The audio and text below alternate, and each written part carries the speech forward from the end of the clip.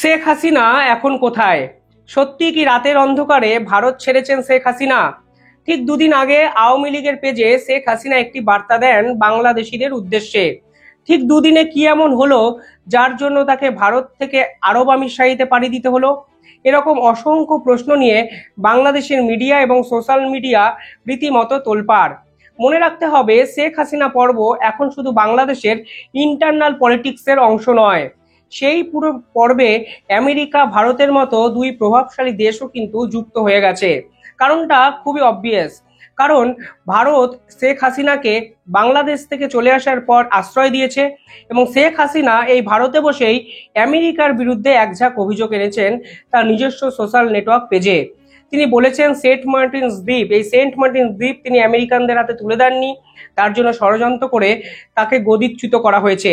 অর্থাৎ ভারতে বসে বিশ্বের আর এক প্রভাবশালী দেশ আমেরিকার বিরুদ্ধে তিনি বিস্ফোরক কিছু কথাবার্তা বলেছেন এবং এই কথার পরেই বাংলাদেশের ইউনিট সরকারও কিন্তু সরাসরি নরেন্দ্র মোদীর ভারতের বিরুদ্ধে একাধিক ক্ষোভ উগরে দিয়েছিলেন। তারা বলেছেন ভারতেই থাকুক হাসিনা, কিন্তু ভারত সরকার যেন নিশ্চিত করেন হাসিনা তার মুখ যেন বন্ধ রাখে। অর্থাৎ বিভিন্ন দিক থেকে যে চাপ ভারত সরকারের কাছে এসেছে, সেই চাপের কাছে মাথা নত করে, অর্থাৎ নতি স্বীকার করেই কি শেখ হাসিনাকে ভারত থেকে অন্য দেশে পাঠিয়ে দেওয়ার জন্য বন্দোবস্ত করলো ভারতবর্ষ? এই সকল অসংখ্য প্রশ্নের উত্তর দেব আজকের এই ভিডিওতে। আপনারা দেখছেন দ্য ইন্ডিপেন্ডেন্ট বেঙ্গল, আমি শিবম। যারা এই ভিডিও দেখছেন তারা একটুখানি চ্যানেলটিকে সাবস্ক্রাইব করে পাশে থাকা বেল আইকনটি ক্লিক করে আমাদের পাশে থাকবেন।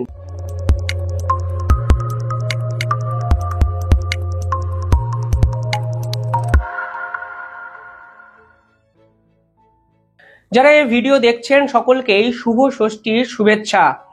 ভারত এবং বাংলাদেশ শুধু নয়, গোটা বিশ্বই এখন অদ্ভুত এক কঠিন সময়ের মধ্য দিয়ে কিন্তু পেরোচ্ছে। গোটা বিশ্ব জুড়েই বিশ্বযুদ্ধের আবহ। কলকাতায় আরজি করের মতো পাশবিক অত্যাচারের ঘটনা, যা আমি আমার শিবম দাস চ্যানেলে নিয়মিত আলোচনা করছি। ঠিক পাশাপাশি বাংলাদেশের সংখ্যালঘুদের উপর নির্যাতন এবং নিপীড়ন, অন্যদিকে ইসরায়েল ইরান যুদ্ধ এবং রাশিয়া ইউক্রেনের মধ্যে সংঘাত, সব মিলিয়ে বিশ্বের যে অর্থনৈতিক ডামাডোল এবং জিওপলিটিক্যাল সিনারিও ক্রমেই কিন্তু জটিলতর জায়গায় পৌঁছে যাচ্ছে। আর এইসবের কিছুর মধ্যেই হাসিনা কোথায়, এক অদ্ভুত প্রশ্ন কিন্তু তৈরি হলো বাংলাদেশের গণমাধ্যমে। অনেকে বললেন হাসিনা দেশ থেকে চলে গেছিলেন ভারতে, ভারত থেকেও নাকি রাতের অন্ধকারে তিনি চলে গেছেন আরব আমিরশাহিতে এবং আরব আমিরশাহিতে পাড়ি দিয়ে তিনি আজমান শহরে তার এক ঘনিষ্ঠ নেতার বাড়িতে কিন্তু আছেন। কিন্তু এই হাসিনা কোথায়, এই পর্বের মাঝেও কিন্তু অনেক রাজনৈতিক জল্পনাও উস্কে দেওয়া যায়। মনে রাখতে হবে, হাসিনা ভারত ছেড়েছেন এ কথাটা যদি বাংলাদেশের ইউনিট সরকার প্রতিষ্ঠিত করতে পারে, তাহলে প্রত্যক্ষ বা পরোক্ষভাবে তারা ভারত থেকে চাপ দিয়ে ভারতকে হারিয়ে দিয়েছেন সে কথাও কিন্তু বিশ্ব আঙিনায় প্রতিষ্ঠিত করতে পারবেন। আমি ঘটনাগুলো একটু সাজিয়ে বলার আপনাকে চেষ্টা করি। দেখবেন, ঠিক কিছুদিন আগে মোহাম্মদ ইউনূস সরাসরি ভারতকে হুমকি দিয়ে বলেছিলেন হাসিনা ভারতেই আছেন, এটা আমরা সকলেই জানি, হাসিনা ভারতেই থাকুন। কিন্তু ভারত সরকার যেন এটা নিশ্চিত করে যে ভারতে থেকে হাসিনা তার মুখ যেন বন্ধ রাখে। অর্থাৎ তিনি ভারতকে সরাসরিভাবে হাসিনাকে আশ্রয় দেওয়ার জন্য অভিযুক্ত করেছিলেন এবং হাসিনা যেন মুখ বন্ধ রাখেন সে বিষয়েও নিশ্চিত করতে বলেছিলেন ভারত সরকারকে। পরবর্তীকালে ভারত সরকার এর কোনো পাল্টা সরকারি বিবৃতি দেয়নি। ফলে হাসিনা যদি এখন ভারত থেকে বিদেশে চলে যান বা আরব আমিরশাহিতে চলে যান, তাহলে কিন্তু বাংলাদেশ সরকার বলতে পারবে ইউনিট সরকার ভারতের উপর চাপ সৃষ্টি করেছে, তার জন্যই হাসিনাকে অন্য দেশে পাঠাতে বাধ্য হয়েছে ভারতবর্ষ।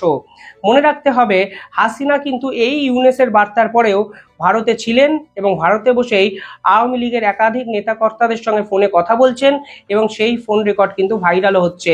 15 বছর দেশ বেতন ভাতা বাড়াইছি, রেশন বাড়াইছি, এই পুলিশের সবকিছু করে দিচ্ছি। জি আপা। আর্মিদের করে দিচ্ছি। এই পর্যন্ত যে কত সব আমার প্রমোশন পাওয়া। জি আপা। আর এখন ওই সুদখোর ইউনূসের কথা শুনে লাফাচ্ছে। আর ওই জামাতের ওরা কয়দিন আছে? জি আপা। সামনের 1 মাস থেকে কিনা দেখো। জি আপা, জি আপা, দোয়া করেন আপা। আর আমি আপনাকে 1 মাস থেকে কিনা দেখো, তখনই আপনারা যারা বেশি বাড়াবাড়ি করেন কোথায় যাবেন সেটা বুঝে নিন। অর্থাৎ এই ফোন রেকর্ড ভাইরালের পিছনেও কিন্তু এক রাজনীতি লুকিয়ে আছে। অর্থাৎ তিনি ইউনুসকে কার্যত পাত্তাই দিচ্ছেন না। ফলে ইউনুস হাসিনাকে মুখ বন্ধ করতে বললেন এবং হাসিনা চুপচাপ মুখ বন্ধ করে ভারতবর্ষে লুকিয়ে বসে থাকবেন, এ কিন্তু হাসিনা বা ভারত সরকার কেউ এটাকে কিন্তু প্রশ্রয় দেয়নি। ফলে ডাহা ফেল করেছে ইউনুসের এই হুঁশিয়ারি বা হুমকি। দ্বিতীয় ঘটনা যদি দেখেন, আপনারা দেখবেন যে হাসিনার বিরুদ্ধে 200টির বেশি মামলা দেওয়া হয়েছে বিভিন্ন আদালতে। এবার বাংলাদেশের বর্তমান আইন শৃঙ্খলা এবং আদালত নিয়ে একাধিক নিউজ পত্রিকায়, ভারত শুধু নয় বিশ্বের বিভিন্ন জায়গায় কিন্তু আলোচনা হচ্ছে।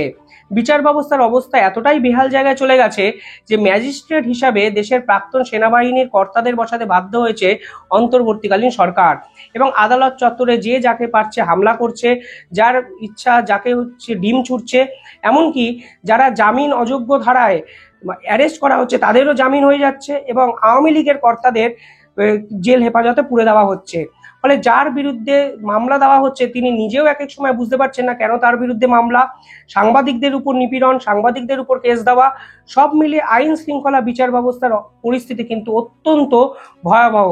ঠিক সেখানে দাঁড়িয়ে বাংলাদেশ সরকার দাবি করে বসেছে তারা আন্তর্জাতিক আদালতে শরণাপন্ন হচ্ছে হাসিনাকে নিয়ে। অর্থাৎ আন্তর্জাতিক আদালতে নাম করে তারা ভারতের উপর চাপ দেওয়ার চেষ্টা করছে। মনে রাখতে হবে এই আন্তর্জাতিক ট্রাইব্যুনালের পার্টি নয় ভারতবর্ষ। ফলে আন্তর্জাতিক ট্রাইব্যুনাল কি বললো তাতে ভারতের কিন্তু যায়ও আসে না। ফলে ইউনিশ সরকার এইভাবে ভারতের উপর প্রত্যক্ষভাবে চাপ সৃষ্টি করার চেষ্টা করলেও আদতে কিন্তু আরো একবার ফেল করলো।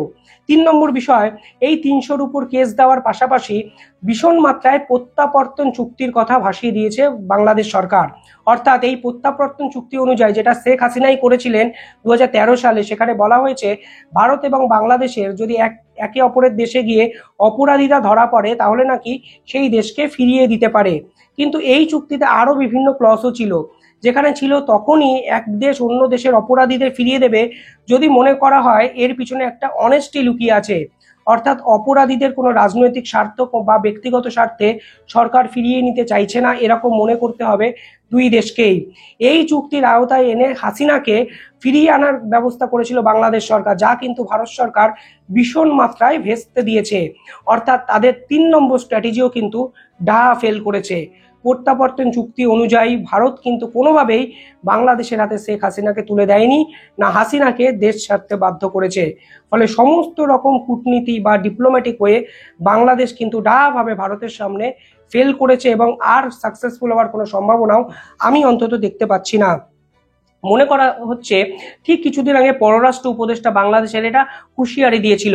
তিনি বলেছিলেন হাসিনাকে ফিরিয়ে আনার জন্য ভারতের সঙ্গে কথা বলা হবে। এ ধরনের কিছু কথাবার্তা তিনি সোশ্যাল মিডিয়ায় ভাইরাল হওয়ার জন্য টিভি মিডিয়ার সামনে প্রায়শই ভাসিয়ে দেন।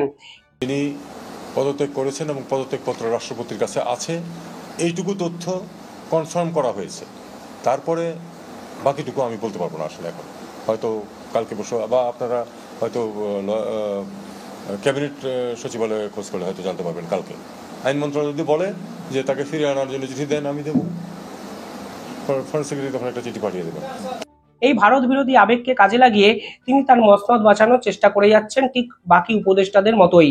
এবার তারা এখনো অব্দি এই সকল স্টেটমেন্টের পরও অফিসিয়ালি হাসিনাকে নিয়ে কথা বলতে পারলেন না।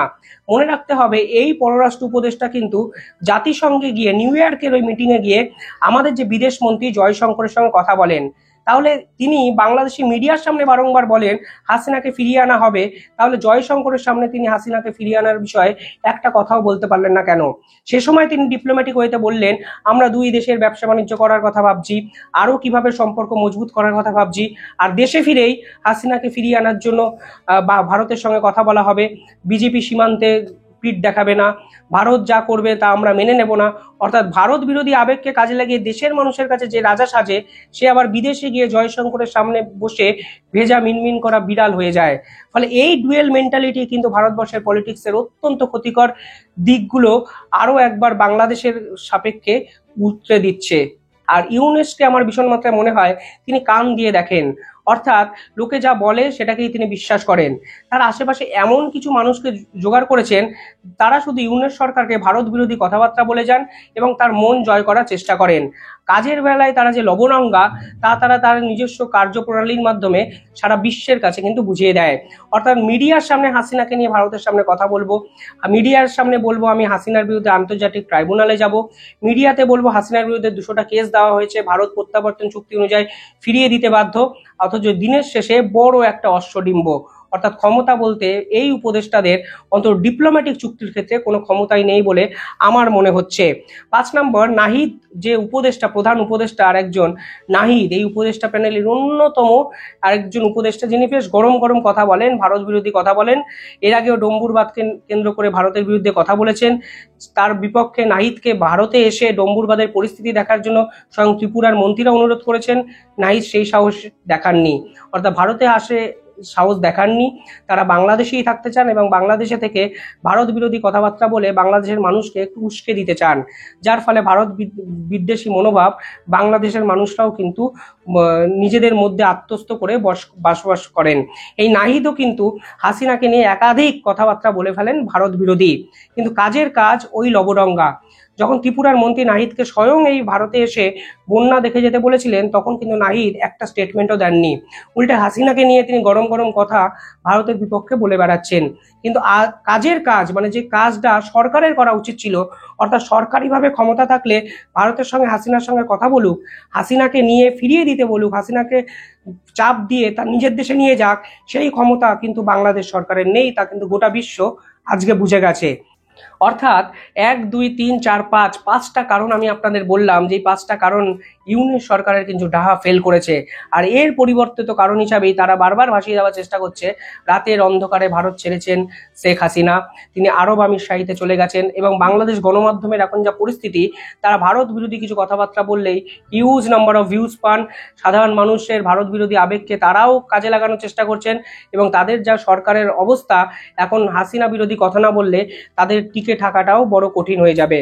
আর ঠিক সেখানে দাঁড়িয়েই আওয়ামী লীগের এই ফেসবুক পোস্ট, যেখানে শেখ হাসিনা বার্তা দিয়েছেন 1 মাসের মধ্যেই পড়ে যাবে ইউনূস সরকার, এবং যে আর্মি পুলিশকে তিনি নিজের হাতে পালন করেছেন, বৃদ্ধি পেতে সাহায্য করেছেন, সেই আর্মি পুলিশের ভূমিকা নিয়েও কিন্তু তিনি প্রশ্নচিহ্ন তুলেছেন।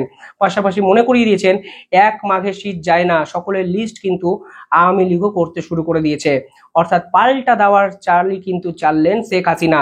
দেশের নির্বাচনে আওয়ামী লীগ লড়বে কিনা তা কিন্তু হাসিনার ছেলে জয় এখনো কনফার্ম করেনি।